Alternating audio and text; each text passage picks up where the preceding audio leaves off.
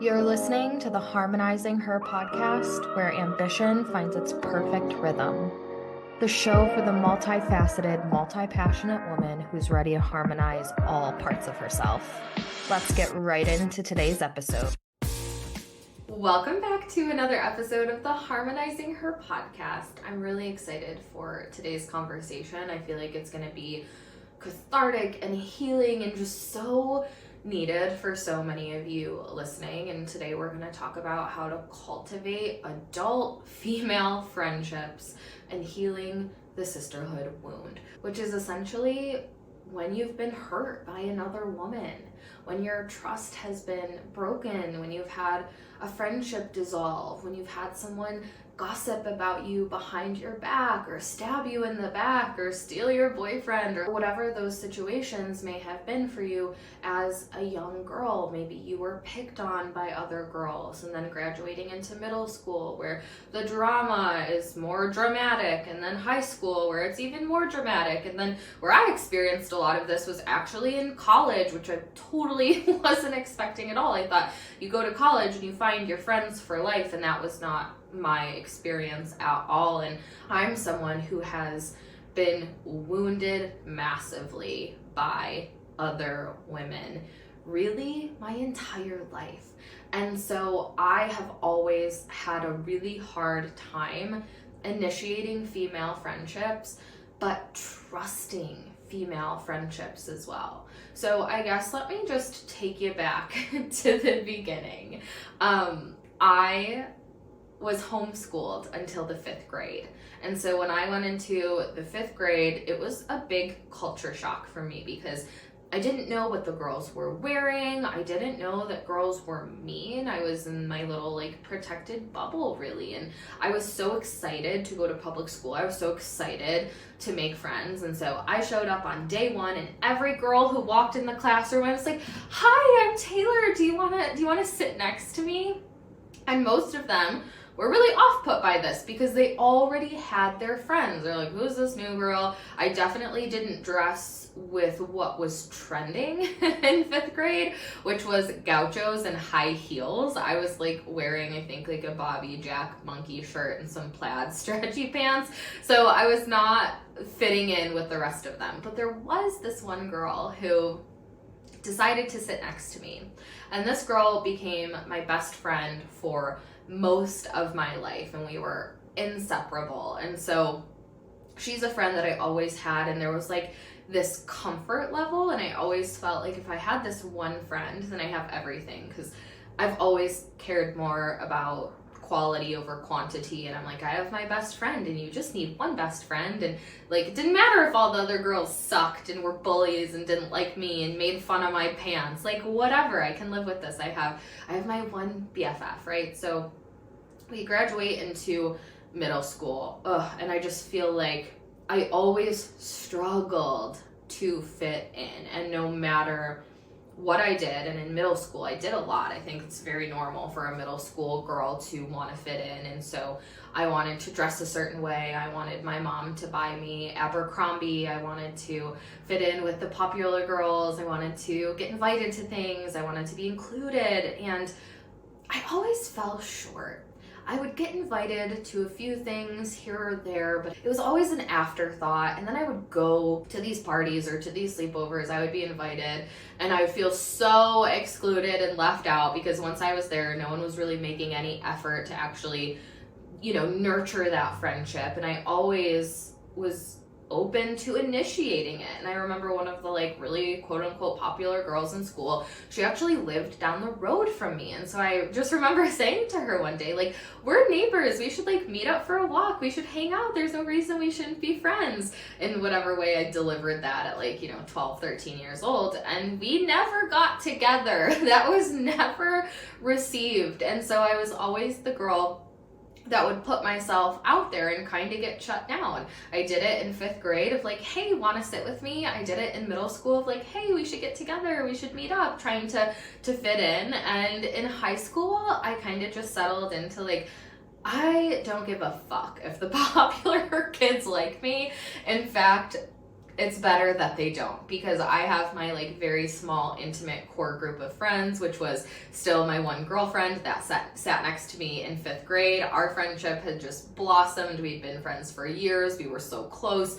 She knew everything about me, and something that I really appreciate in any relationship, a friendship, but also I noticed that I appreciate this in my coaching relationships with my clients, but also with my mentors. I think it's really important to have context, and that's why I love relationships with longevity, because with this specific friend of mine, like, she knew everything that happened in my life since 9 years old. So I didn't have to explain to her and bring her up to speed. And, you know, my private mentor that I'd been working with for like 4 years, like, she knew what had happened the last 4 years. She had context. She had a more well-rounded understanding of who I was, and that has always really, really mattered to me, which is why I preach long-term relationships, long-term mentorship, long-term all the things. So then I get to college and I have my bestie, who's been my bestie since we were 9. We had another friend who was a really, really close friend with us. We'd been friends for probably, I don't know, maybe 5 years or so. We were friends like all throughout high school. So I left high school with 2 really close girlfriends. And then when I went to college, I decided to join a sorority because I thought, this is my like friendship redemption era. I want to meet women. I want to have a group of women in a sorority and leadership, and like the whole thing just sounded honestly right up my alley. I was all about it. And so the first time that I think it's called rushing. It feels like it's been a lifetime. Rushing or auditioning, trying out to get a bid for the sorority. It was still in the era of hazing. And so these girls were so fucking mean. And I just remember being like, this is such a waste of my time. I do not want to be included in this at all. I remember one of the activities that we had to do was we had to like meet at the senior house, and we had to wait outside the door, and they took our phones, they took our watches, so they didn't know, like, we didn't know what time it was. They were like, you have to knock on the door at whatever, like 8 o'clock on the dot. And we're like, but we don't know what time it is. We don't know when it's going to be 8 o'clock. And then if we missed it, it had to like be bumped to the next hour. I'm like, this is so fucking stupid. I'm out. So I decided to like not join the sorority. It's so funny that I can't even think of the names of these things anymore. Recruitment week. At our recruitment events, I remember thinking, these girls are so cool. They're so nice. I want to be their friend. And then like after hours, I was like, this is a fucking nightmare. I'm out. So long story short, the campus actually ended up getting busted for the hazing, and that specific semester was the last semester that sorority hazed. And so a lot of those really mean girls had graduated, and there was like a new era and a new chapter of the sorority starting. And so I thought, okay, I'll give it another chance. I had someone from the last time reach out to me, and she's like, you were seriously such a perfect fit, and we loved you, and it was really fucked up, and times are changing, and so if you're willing to give it another shot, we would love to have you. And so I was like, okay, great, I'm totally willing to give it another shot. Ended up joining the sorority, made so many friends. I made so many friends, and I had my little, you know, if you've ever been in a sorority, you know, you have your family, you have your big, you have your little, you have your grand big. All of a sudden, I had this like sorority family, college family. I was surrounded by women who liked me, and I liked them, and I was like, these are adult, mature friendships, and I love this, and I'm here for this. And I was like, I've met my friends that I'm going to be friends with for my entire life, and it felt really, really good. And so it was really good for a little while. And I've probably told this story somewhere before, but if you didn't know, my husband proposed to me when we were youngins. So I was 19 and I was still in college when my husband proposed. And so I was putting together my wedding party, and I had the 3 girls from my sorority that I was the closest with. 3 of them were in my wedding, and then the 2 from high school that I was friends with. So I had a bridal party of 5 people. And there was like this thing that went down with one of my high school friends, not the one that I had been friends with for a long time, but the other one, where she kind of dropped me and the other girl in a pretty shitty, traumatic way. I really don't like when people are not upfront around things. I'm always like, let's talk about it. Let's have a conversation. Even if we agree to disagree, I think we owe each other closure. And we can talk about it. Like, it's okay. And she was the type of person who did not want to talk about it. So she would just avoid and she would ignore and she would blow us off until one day, me and my other friend were working at a chicken wing restaurant. We're servers. We worked together. We literally did everything together. And we get like a group text that's like, I just don't want to be friends with you guys anymore for this, that, the other reason. And I just remember it being such a shock. Like, this girl yesterday was in my wedding and today I'm getting a text message that she doesn't want to be friends anymore. And so that is an example of a sisterhood wound where I was like, damn, like all these years of friendship just gone in a text message. I had a really hard time reconciling with that. So fast forward a little while, because I had a really long engagement because we were so young. We were going to get married after college. And so the next thing that broke out was probably 2 years later, we had our sorority elections. And this brought so much drama. And this was the beginning of the end, because there was a lot of, honestly, like, sorority corruption where, like, again, the popular girls or the girls who partied the most were getting these positions over people who were maybe more qualified. And so there was just like this dynamic of things are not feeling fair already. And that was like my last time to be on the executive board, and I was on the executive board. If you're in a sorority, you know all these like little details. They matter, but they don't in terms of the story. But what I'm getting to is I ended up not winning anything for that election. And that was really hard for me to cope with, because I valued being on that executive board and having a leadership position and positively contributing to my sorority and to my college. Like, that was everything to me. I took it so seriously, and I didn't win anything, and it was a shock to me, and I felt heartbroken, of course. And I was, I don't know, maybe 20, 21, still super young, still super sad. And my best friend in the sorority and my little in the sorority, they got spots, and I was so happy for them, of course, but I didn't have the tools to process my emotions in that moment.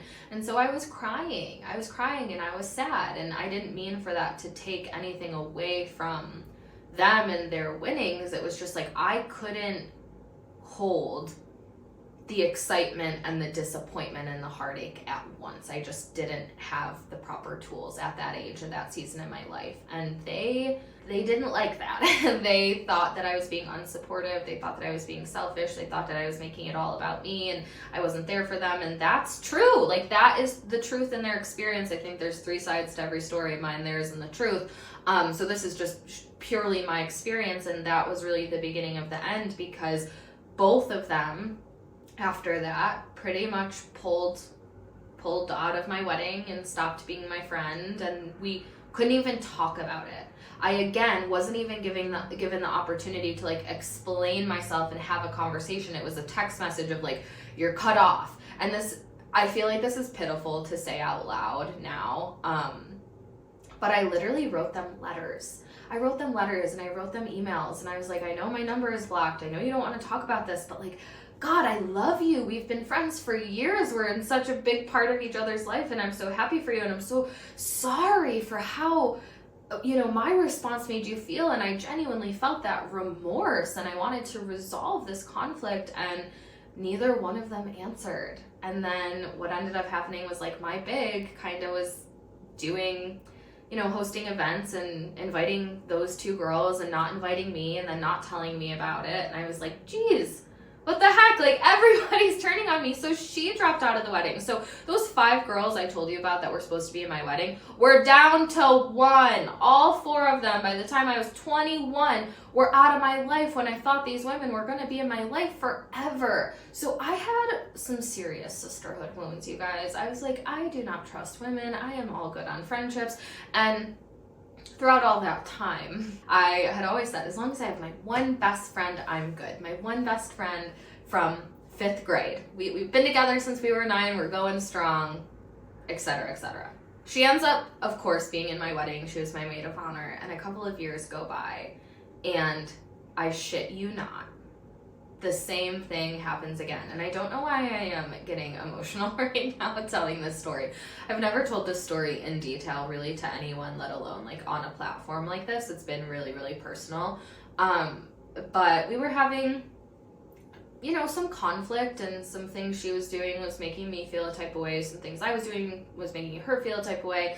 I'm a communicator, she is not. And so it basically it reached a head in 2018 or 2019. I can't quite remember, if I'm being honest. But we got married in 2017. So it was not very long after the wedding, where she was just my maid of honor.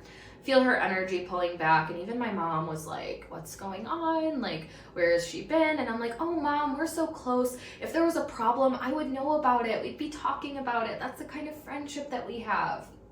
Sure enough, it's like, I actually remember it. It was 10 days before my birthday, because I just remember thinking, we go all out for birthdays. We've been doing this for like literally over a decade, and she hadn't asked me like, what are we doing for your birthday? And I did think that was weird, and it did hurt a little bit, because her birthday was a few months prior, and I did everything I would normally do for your best friend to make it special. And so that alone had hurt. And I remember being at a family party, and I got this text from her. And as soon as I read the first word, hey, my gut sunk, because I just knew I was in a situation again where a woman who I had cherished and loved is sending me a text message to cut me off again.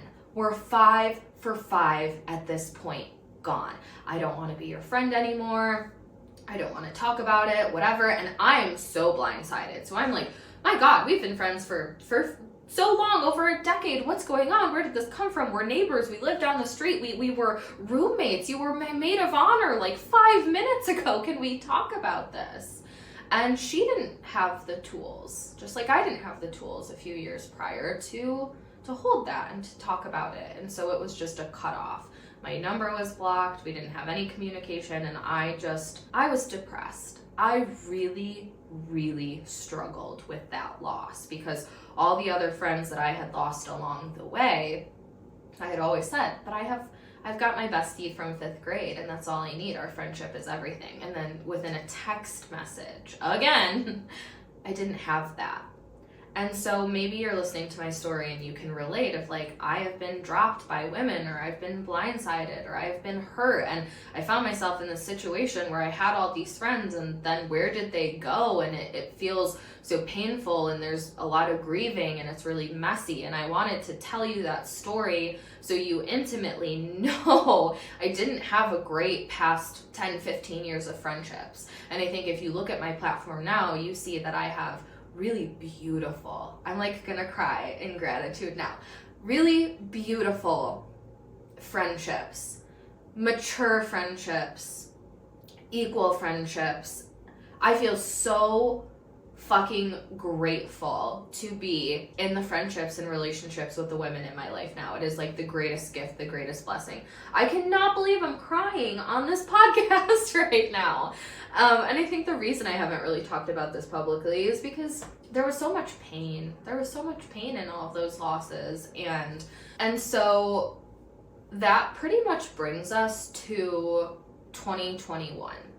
2021, 2 things happened. I lost my grandmother unexpectedly, who was my best friend, and I had my son. And so those were 2 really big, emotional, traumatic, life-altering events that happened within a couple of months of each other. And so I lost my grandma, and my grandma actually lived across the street from my childhood bestie. So that girl I keep telling you about, friends since we were 9, they lived across the street from each other, and she had died. And a few days later, I got a text message basically saying, I've been trying to reach out to you for years, and I've not been able to find the words, and I know I didn't handle that in a good way at all, and I knew it was going to hurt you, and I didn't see another way to do it, and I just found out about your grandma, and I'm so sorry. And there was like this rekindling moment that felt so good and so healing, but so sad at the same time, because I'm like, God, like, you knew my grandma loved you, and now her death is bringing us back together, and you knew you were hurting me, and you did it. Like, there was just a lot. It was a lot. It brought up a lot, but it meant a lot to me that she reached out, because we have a lot of mutual friends. And so There were events that got broken up where, like, you know, our friends would hang out with me and then our friends would hang out with her, but never together. And it really like threw our friend dynamic for a loop, because we were the two friends that brought all the rest of the friends together, and then it kind of like disintegrated from the inside out. And so we were at a point kind of then where, okay, we could be at events together and it wasn't awkward. And in fact, we would start to make small talk and rekindle, and, you know, our friends' engagement party, baby showers, weddings, things like that. Second thing being, I had my son. I've already told that story, that song and dance, so I'm not going to go into detail with it here, but it basically sent me into a debilitating postpartum depression for almost 2 years. And at that point, I really stopped participating in the friendships that I had. And I had a couple close girlfriends that I had met in the online space that I just didn't even have it in me to respond to a text message. I didn't even have it in me to pick up the phone or answer the phone. I was in straight survival for a really long time. And when I started to kind of come out of that and rediscover myself and refind my spark, I set the intention that I really wanted to pour into friendships. I wanted to nurture my friendships. I did not want to be the friend that didn't answer, that didn't initiate, that didn't respond. I didn't want to be that friend. I've had this long, jumbled up relationship with girlfriends my entire life. And now in my late 20s, I have worked on healing so much of that I'm like, it's not too late to make friends and to pour into friendships. And I'm not even going to buy into the belief that it's hard to make friends, because I think that's something we hear a lot. Like, it's so hard to make friends as an adult. Is it really, or does it just take effort and initiative that maybe you've been unwilling to put in up until this point? So this was in like 2023. Yeah, like going into 2023, the end of 2022 is when I started to kind of come out of that depression, and I wanted to pour into friendships. And so I started to pour into friendships. I started to take initiative. I started to be the one to reach out and nurture the friendship and be vulnerable and let myself be held by other women and hold other women, and really like retrain myself to hold a deep and connecting friendship.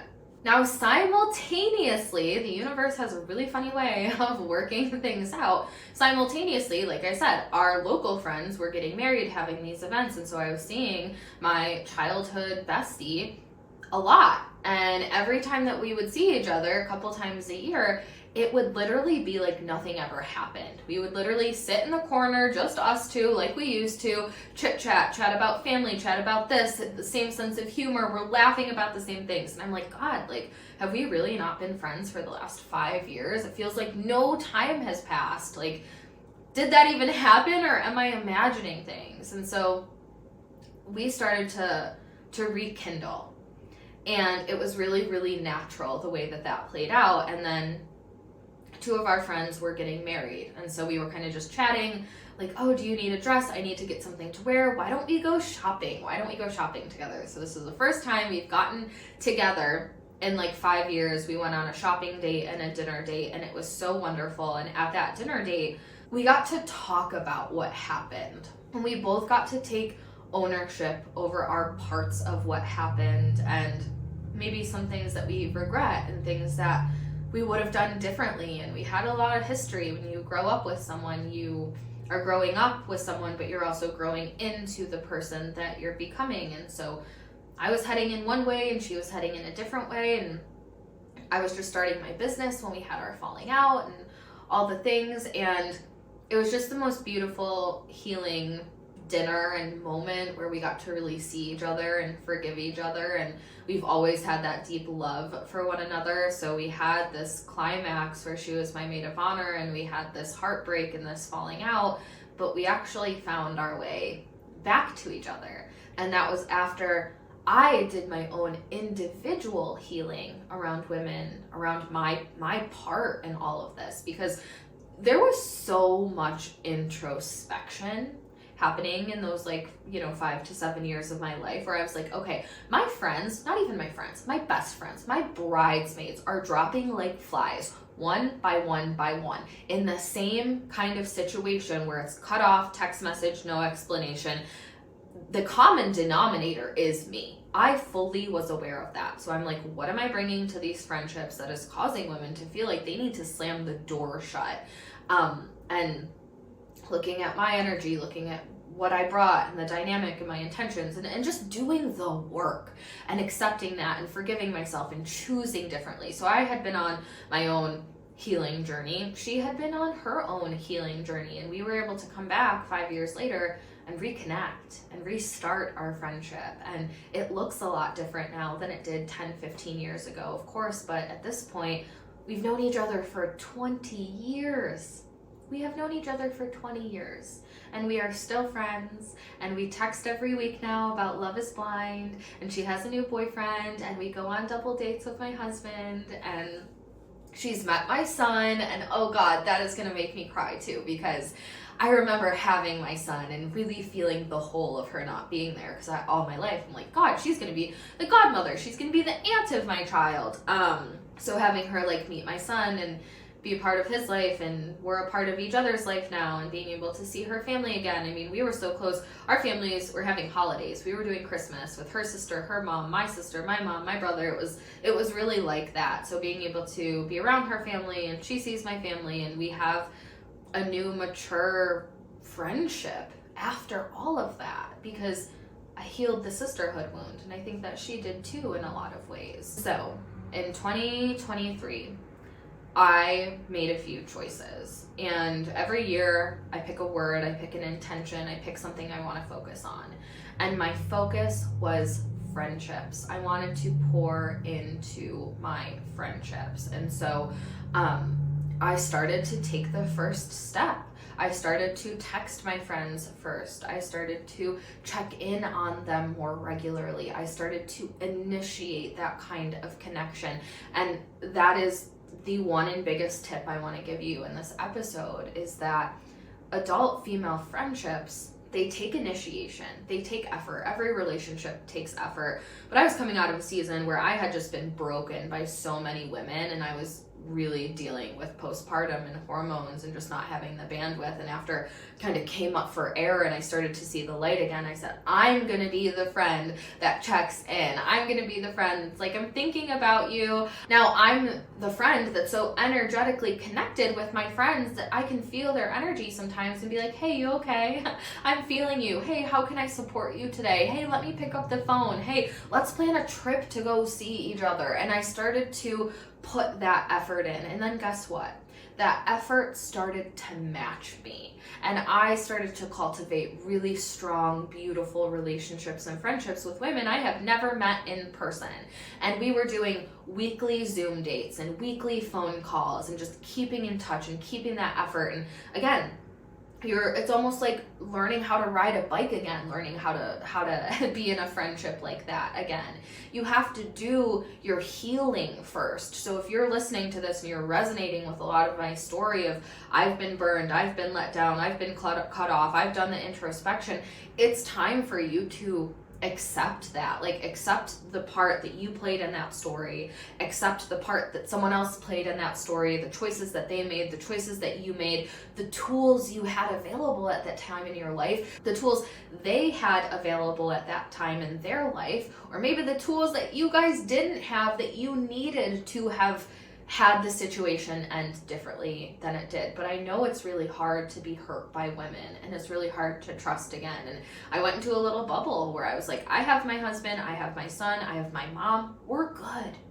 We're good. We don't need to go down this rabbit hole again. But of course, like I said, as I came up for air, I was craving those friendships. And then last year, I joined a mastermind that was specifically for 6, 7, 8, and 9-figure entrepreneurs who were also moms. And in this mastermind, they got together 3 times in person a year. And one of my really good friends who I met through being in another program years ago, she ended up being in my program, and then we ended up joining this program together and cultivating such a deep, meaningful friendship. She's one of my best friends now, and I got to go in person and connect with a room of 20 other women who got it, who got me, who saw me, who rallied for me, who trusted me, who cheered me on, who knew what it was like to be a mom, who knew what it was like to be juggling a business and a husband and a mom and a household and all of these things. You don't know what that's like unless you're in it. And my home friends, my local friends, there's no one that can resonate with that with me. We can resonate on other things, but none of them are business owners, entrepreneurs, and mothers all wrapped into one. You add being highly ambitious onto it, you add the hormones and the postpartum into it, you add the pressure of being the breadwinner, and like there's this big dynamic that we have that is not easy to understand unless you're in it. And right before my eyes, I had 20 women in person, in the flesh, that I could hug and meet and connect with, who got it. And that was a really healing experience for me. And I remember going into the very first retreat, and I was just coming out of like a really dark period in my life. The business was in a low point. I was in a low point. I felt scarce in so many ways. And I just remember going into that retreat saying, I am going to allow me to be me. I'm going to be honest. I'm going to be vulnerable. I'm not going to put on a show and hope that the popular girls here like me, because that is an old pattern that we have put to rest. If I'm going to start to cultivate these friendships, I'm going to do so in a new way by being all of me. And if these women are going to be my friends, it's because they're going to appreciate me for me, not because I'm wearing Abercrombie, right? So I went into that first retreat with all these amazing, brilliant, successful women, and I shared my struggle, and I shared my pain, and I shared really genuinely where I was at. And I remember telling them I knew I had to come here and just be really open and honest about where I'm at, even though it doesn't feel good enough. I don't feel like I belong in this room. This feels really edgy for me. And just being able to expose yourself in that way and then be met with love and support and genuineness and no judgment, just love, that was healing for me. And I was like, wow, this is a new experience where I'm seen for me and I'm loved for me and I'm appreciated for me, which I felt with my family and I felt with my husband and things like that. But it's been so long since I felt that way with friends, with female friends, with peers, that I could lean on them, that they could lean on me, and that we could build these friendships. And so I've made so many friendships from that mastermind. Another piece of advice for you is like, get in the room. If you're having a hard time making friends, put yourself in a room with other like-minded women to create those connections. I didn't join this mastermind to make friends, but I did join this mastermind to connect with other women and to be supported by other women and to let myself be supported by other women. And I just re-signed for my second year so we can have 3 more in-person events together. And I just stayed with one of my other friends from the internet because I got stranded in a snowstorm and I was able to fly to the airport closest to her, and I stayed with her and her baby and her husband. And Ashley, if you're listening to this, I fucking love you. Thank you for hosting me. But there's just this new like caliber and level of friendship that exists in my life because I made the choice to accept what had happened in my childhood. I made the choice to heal from those situations and open my heart back again. I made the choice to be the one to initiate new friendships and pour into new friendships, even though it felt a little unsafe and scary and unfamiliar because I had been closed for so long. And just like anything, when you do those small little things, they compound over time and they change your life. And now I look around and I'm like, God, I have so many friends. I have so many beautiful friendships with so many beautiful women that I could pinch myself from the level of friendships with the quality of human beings that I get to call my friends. And I was just actually telling my husband the other day, I said, it's actually so funny because I look around at some of Carter's things, some of our favorite things of his Barefoot Dreams blanket, his name puzzle, our rocking chair, and I say some of our favorite things for our son are things that were gifted to us by my internet friends. Oh yeah, my rocking chair, that was from these 2 friends. The Barefoot Dreams blanket, that was from a mentor of mine. The name puzzle was from my friend Ashley that I just stayed at her house. I just got back a couple months ago from a trip I did with my friends Katie and Tara. We've been friends for over 6 years, and it was the first time that we met in person because we were initiating There was effort, there was initiation. We took time out of our busy lives. We took time out of our businesses. We took time away from our family. We took time away from our kids. They have kids, to connect, to pour into these friendships. And that is everything. It's everything. So if you're someone who's struggling to cultivate friendships as an adult, and friends who get it, and friends who feel safe, and you're also healing from old shit that might have happened to you, I really think the combination of these things is going to change your life. That level of acceptance, that level of healing, of self-appreciation for you, of being the one to have the capacity and bandwidth to initiate and to put the effort in, and stretch yourself and put yourself in rooms where other like-minded women are going to be for you to connect with them. And what I want to leave you with in this episode is that it is not impossible to make great friends as an adult. It's not.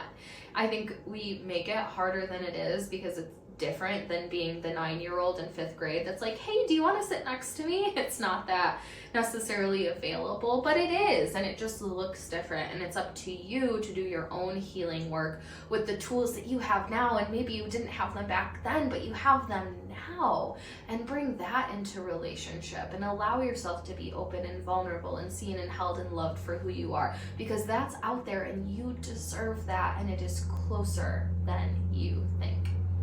So in the beginning, when I said this was going to be a cathartic episode, I didn't really expect to cry throughout, but I hope that you guys really felt this one from me. I really, really felt it. I know that there's so many women out there who have been burned and have sisterhood wounds that need healing and want the tools and the direction to cultivate deeper friendships. And so if that is you, this episode is for you.